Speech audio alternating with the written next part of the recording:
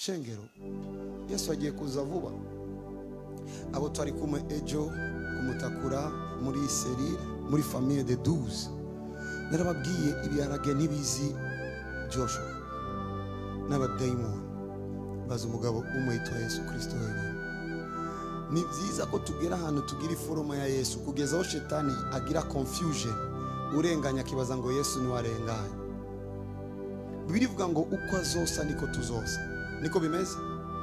Uko azobasa niko tuzoba dusa. Bisigura ngo muri processes y'Imana irakeneye ko dusa na Yesu.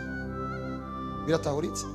Ababirindiriye muri kahise na yandi ma ministère, ariko ministère prophétique n'umuseruramana itegerezwa kubaho ivyo vyitwa kazoza ku bandi. Kuko nimba umuvugishwa arakanwa k'Imana ntarindiriye ko Imana iboneka, Imana irabonetse kubera ko yavuze. Bisigura ngo nturindire ivyo Imana yavuze muri kazoza kwa muri kazoza ugutangura kugenda navyo kuko Imana iri ngaha hagati muri twebwe. Shengero ryiza bwoko bwiza by'Imana, murahiriwe kuba mu bwiza by'Imana.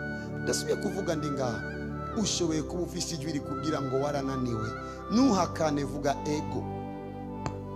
Ucuvuga ngo erega sinshoboye ndashobozwa. I remember one day nikizwa nari bugendana ngiye kuvuga ubutumwa.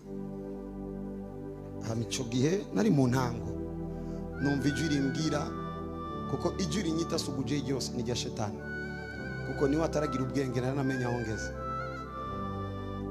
Numva ijwi rimbwira ngo wowe suguje urabishoboye. Ikintu cyamfashije ni kimwe navuze oya. Urazi niwe humurize urabishoboye, kuko ushoboye kunigana n'ibyo udashoboye. Ndavuga oya navyo ushoboye, gusa nshobozwa byose na Yesu Kristo amenkomeza. I remember another day nari konja kuvuga ubutumwa muri Church of God Mission Igitega, ahantu hamwe twavuze ubutumwa igihe kirekire abantu barakizwa, naho mu nyuma hari abantu bavuga twita amazina n'amahoro.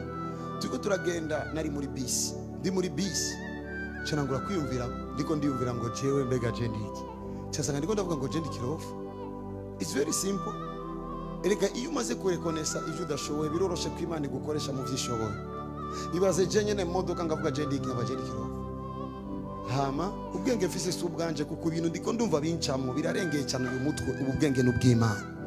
Ndiko ndavuga ivyo cangenda kubera ko nari muri prayer, ari gihe nsenga nkibagira ibarabara ni Imana ishigwe hejuru ko ubu biriko biraza ngendera mu modoka.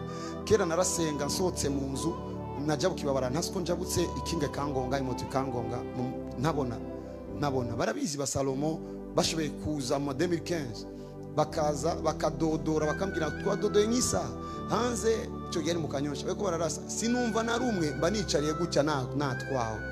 Rero ari gihe ntwagwa ngiye masengesho cyane ndatwagwa ndanabimenye, ndashoboye kwinjira mu nzu nka marikoti nayihinduye ndamenye ibimenyetso bimenyesha ko nasenze kugeza aho nagiye. Ndasenga ndiko ndasenga, ariko namaze kuvuga ngo nibwiye ko ndikiroho.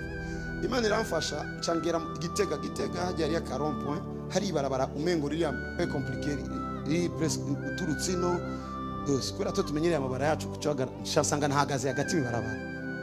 Mpagaze hagati ibarabara nca kumba ari umuntu yaje ni modoka yiwe, aje niyo modoka akwa kungonga aswe kunga cambwira rukirofa.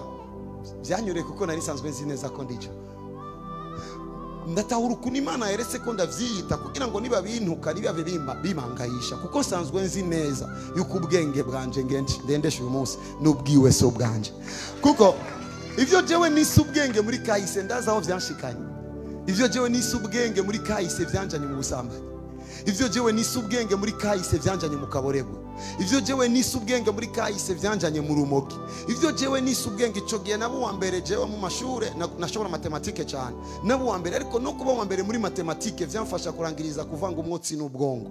Ariko umunsi nakiri ubwenge buruta ubundi bwenge, uwo munsi natangiye kugira ubwenge buzima butumbereza abantu. Kuvugeza uyu munsi ndatinya kwiratira ubwenge bwanje kuko nabwo mfise, ariko ndinganiratira ubwenge bwiwe kuko nibwo bwonyene butuma mbaho. Nico gituma Paulo avuga ngo ariko tweho dufise ivyumviro vya Kristo. Iyo wemanze yuko udashoboye nibisibwe yakubiri faible, kuko hariyo difference yo kwatura no kuvugana n'Imana. Erega iyo uri kuratura ngo ndashoboye vyose ubibwire shetani, nuve wibesha kugeza ubwira Imana ndashoboye byose gacikureka. Urazi kwatura kora tushikanye ahantu dutakaza equilibre. mu bisanzwe Imana igomba ko duhuye n'ikibazo ntimushoboye ugira ngo ibintu bivuga imbere ya shetani namenyo nde umuntu ora ndamwemeza ko rije mfite ubwenge bwa mbere ariko ni gute novuga ko mfise ubwenge imbere ya bwenge ni gute novuga ko nshoboye imbere y'ubushobozi rero ndamenya ku difference ibintu iyo mvuganye n'abantu iyo ndiko ndatura muri mbonye faiblesse inteye ndatura kuko ndazi uwo ndiko ndakangamira ariko iyo negereye Imana ndebwira ngo saze ndi cyakirofa ndaje nari ngene nundeke nsubire mu ishengero jenyene maba ndabitoba ngirira ubuntu ngenda n'ubwenge bwawe kuko barakurindiye wewe ndiriye jewe. It become very easy. Ministeri kibi yorosha. I tell you the truth.